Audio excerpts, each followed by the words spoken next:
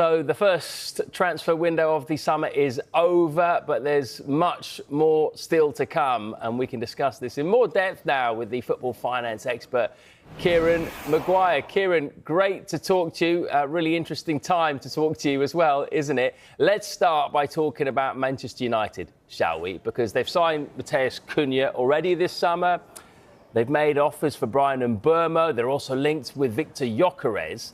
A lot of people will be asking, how can they afford to spend so much despite not having European football, and Sir Jim Ratcliffe saying that they're in debt? Remember that when a club signs a player, the cost is actually spread over the life of the contract. So in the case of Matheus Cunha, it's £1 million a month. So it's not £60 million that's going out of the PSR calculation. We also need to remember that this is Manchester United, so sponsors still want to be associated with them. Fans will still flock to Old Trafford. And I think they will be anticipating a better season in the Premier League next season. And I think the third main issue is all of the focus has been on Manchester United PLC's accounts, which are registered in New York. And there we saw a loss of £131 million last year. But that is not the company which is used for PSR purposes, because you've got to be based in the UK.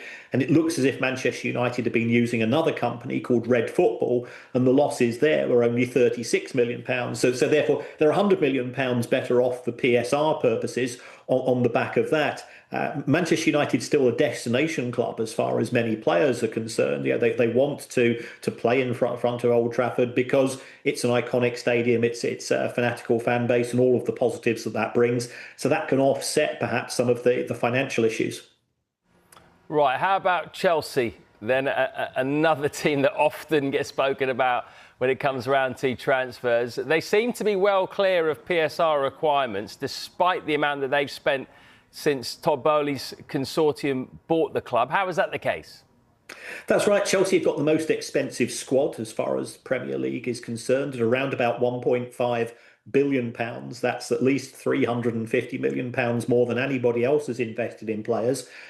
What Chelsea don't get credit for is A, their ability to sell players, and B, a lot of those players tend to be academy players, so therefore they're pure profits. We've seen Mason Mount, Conor Gallagher, Billy Gilmore, Figaro Tomori, and so on leave Chelsea and generate all of these profits.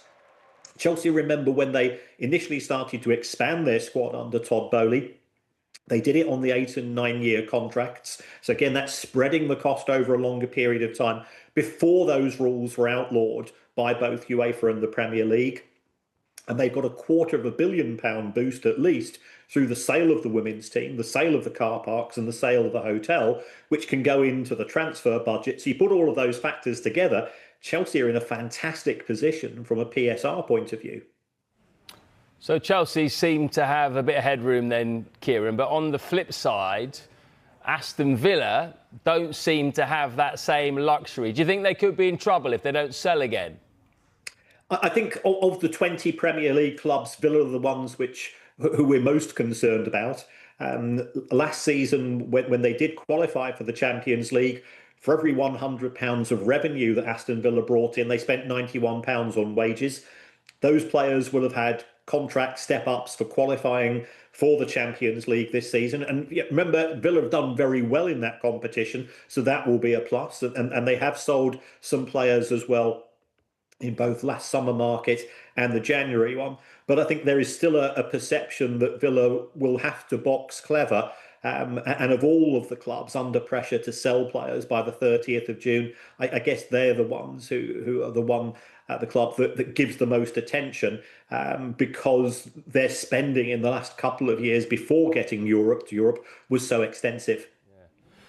It's interesting, isn't it? Because Newcastle were in a similar position, weren't they, previously? They had some PSI issues last summer. They had to sell Elliot Anderson, Jan Cooper, Minter. What are they looking like at the moment? Have they got themselves back into a better position to spend now?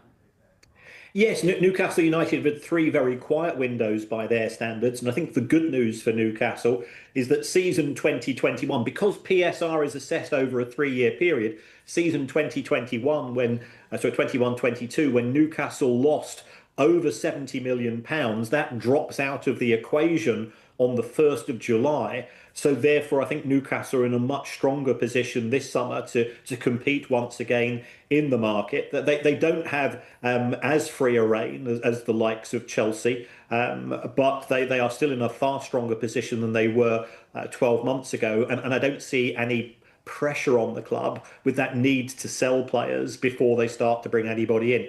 It could be that there will be some player trading. They certainly have freed up some of the spots on the wage budget, but there's not that very, very significant pressure that we saw, as you rightly say, with Anderson and Minte leaving last June. I suppose we should mention the Club World Cup, shouldn't we? Because that starts this weekend.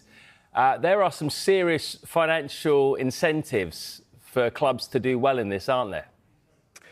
Very much so. As far as the European clubs are concerned, effectively it's around about a $50 million entry fee that they're getting, which is far greater than the other clubs from other associations which are competing in the Club World Cup.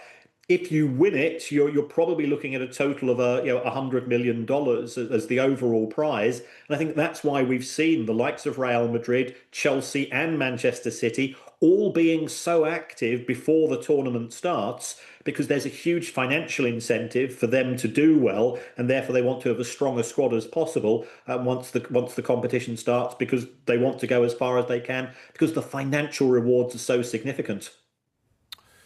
And finally, Kieran, we actually had your mate Kevin Day on, your podcast partner, just a few minutes ago. Of course, we were talking about Crystal Palace and the possibility that they might not be in the Europa League. Hopefully, from their point of view, they will be in the Europa League. Do you have any thoughts on that? I mean, I know it's not necessarily transfer related, but what are your thoughts on Palace being in the Europa League or not? Well, if we take a look at what's happened when other paperwork stroke administrative errors have taken place historically, what UEFA have tended to do is to say that this is a back office issue. They'll then look to see whether the club has gained anything on the pitch as a result of those decisions. And there appears to be no evidence to suggest that that's been the case at Crystal Palace. So Barcelona, for example, were given a financial penalty. They were given a fine for their most recent breach of the PSR rules or their equivalent.